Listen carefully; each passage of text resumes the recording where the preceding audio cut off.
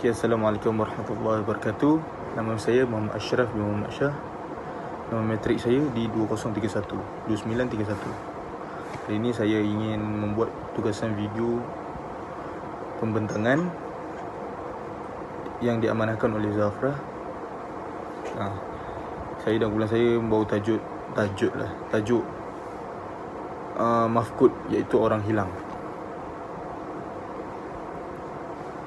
Yang pertama kita tengok pada definisi. Definisi mafkud menurut bahasa ialah perkataan mafkud berasal daripada kalimah faqada yang bermaksud hilang atau lenyap.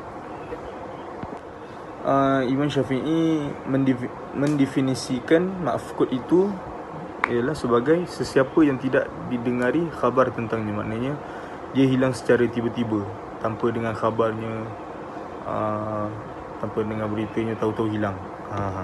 Itu. Menurut istilah pula ialah ia bermakna orang yang hilang dari tempat asalnya dalam tempoh yang lama.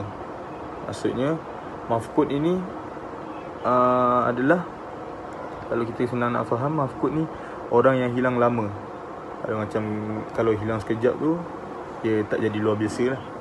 Kalau mafkud ni orang hilang yang lama, tanpa khabar beritanya, tahu-tahu hilang. Begitulah.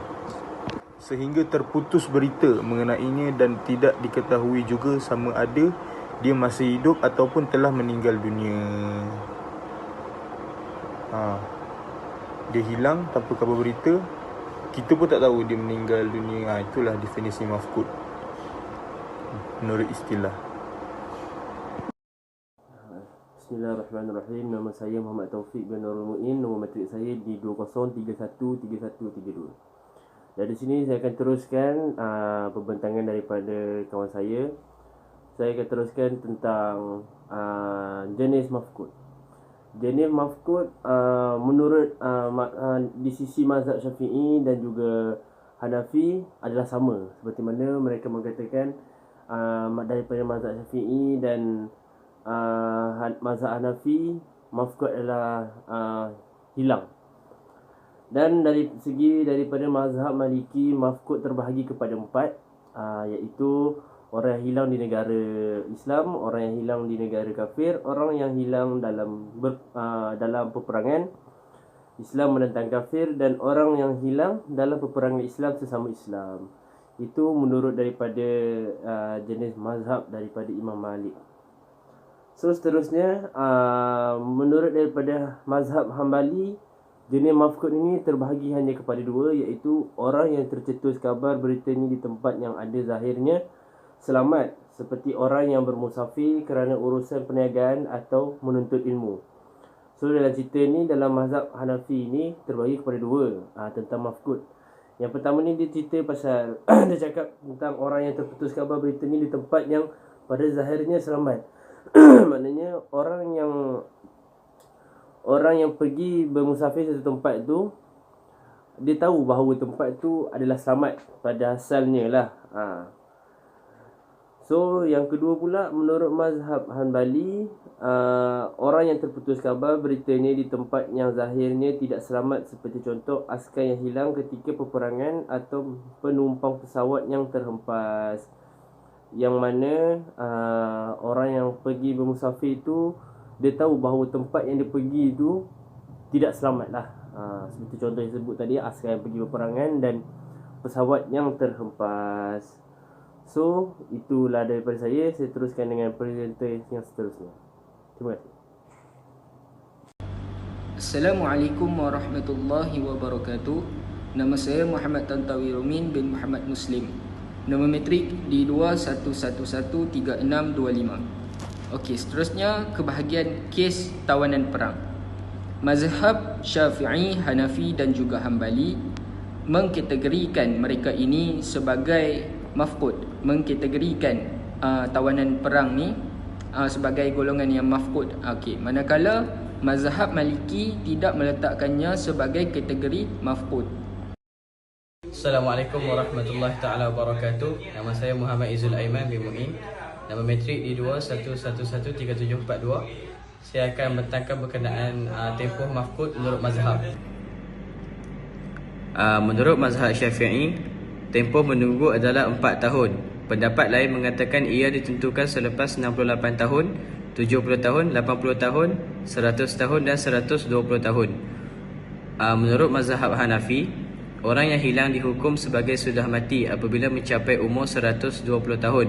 Abu Yusuf mengatakan berusia 100 tahun. Pendapat lain mengatakan mengikut ijtihad hakim dan bukti yang dikemukakan. Menurut mazhab Maliki, orang yang hilang di negara Islam disabitkan meninggal dunia apabila mencapai 4 tahun. Orang yang hilang di negara bukan Islam tidak disabitkan meninggal dunia selagi tiada bukti yang sahih. Bagi Imam Malik, tempoh menunggu 80 tahun, manakala Ibnu Arafah berpendapat 75 tahun. Orang yang hilang dalam peperangan sesama orang kafir, Imam Malik dan Abu Qasim berpendapat tempoh menunggu 1 tahun. Dan ada pandangan dalam mazhab Imam Malik hukumnya sama seperti orang hilang di negara Islam. Orang hilang dalam peperangan sesama Islam, pendapat dalam mazhab ini mengatakan menunggu 1 tahun dan juga terserah pada ijtihad pemerintah. Menurut mazhab Hanbali, orang yang hilang pada zahirnya pemergian selamat hendaklah menunggu sehingga berusia 90 tahun. Dan ada riwayat mengatakan tempoh itu ditentukan oleh pemerintah atau mufti. Orang yang hilang pada zahirnya pemergian itu bahaya hendaklah menunggu selama 4 tahun bagi menentukan mafqud telah meninggal. Hendaklah diserahkan pada hakim untuk pertimbangan. Untuk seterusnya, kes tawanan perang saya serahkan kepada sahabat saya. Bismillah, Assalamualaikum warahmatullahi wabarakatuh. Nama saya Muhammad Aiman bin Roslan. Nombor metrik D2113376. Saya akan membentangkan tajuk Mafqud dan Undang-Undang di Malaysia. Perbezaan antara Undang-Undang Sivil dan Syariah adalah tempoh masa yang diperlukan bagi membentuk anggapan bahawa orang yang hilang itu telah meninggal dunia. Undang-Undang Sivil 7 tahun diletakkan di bawah Seksyen 108 Akta Keterangan 1950, Akta 56 menyelesaikan masalah pembahagian harta pusaka dan pewarisan harta. Manakala Undang-Undang Syariah 4 tahun Akta Negeri, contoh Akta Undang-Undang Keluarga Islam, Wilayah-Wilayah Persekutuan 1984, Akta 303 terhadap kepada status perkahwinan sahaja. Assalamualaikum warahmatullahi wabarakatuh. Nama saya Muhammad Hafizuddin bin Nur Isam. Nombor matrik D203-12905. Ini saya ingin membentangkan tentang tajuk hukum mafqud dalam pewarisan harta. Okey. Apabila telah pasti bahawa mafqud tersebut telah mati bersandarkan pada bukti-bukti yang wujud dan juga berdasarkan kepada keputusan hakim, maka harta peninggalannya perlulah diagihkan kepada waris-waris yang layak pada masa diputuskan kematiannya. Dalam hal yang lebih kompleks, iaitu orang yang hilang yakni mafqud sebagai waris dan dia bersama-sama dengan waris yang lain mewarisi harta seseorang, maka keadaan ini cara pengagihannya lebih kurang sama dengan keadaan pengagihan harta bagi orang kunsa muskil. Contohnya, si mati meninggalkan seorang anak lelaki yang mafqud dan seorang pakcik. Maka menurut gambaran ini, pakcik tidak boleh menerima harta pusaka disebabkan wujud anak lelaki kepada si mati, dan harta tersebut akan tertahan sehinggalah telah terbukti bahawa anak lelaki yang mafqud itu telah mati, kemudian barulah boleh diberikan kepada pakciknya. Okey, seterusnya kita pergi ke bahagian seterusnya, iaitu hukum bagi kes mafqud yang kembali setelah diputuskan sebagai mati.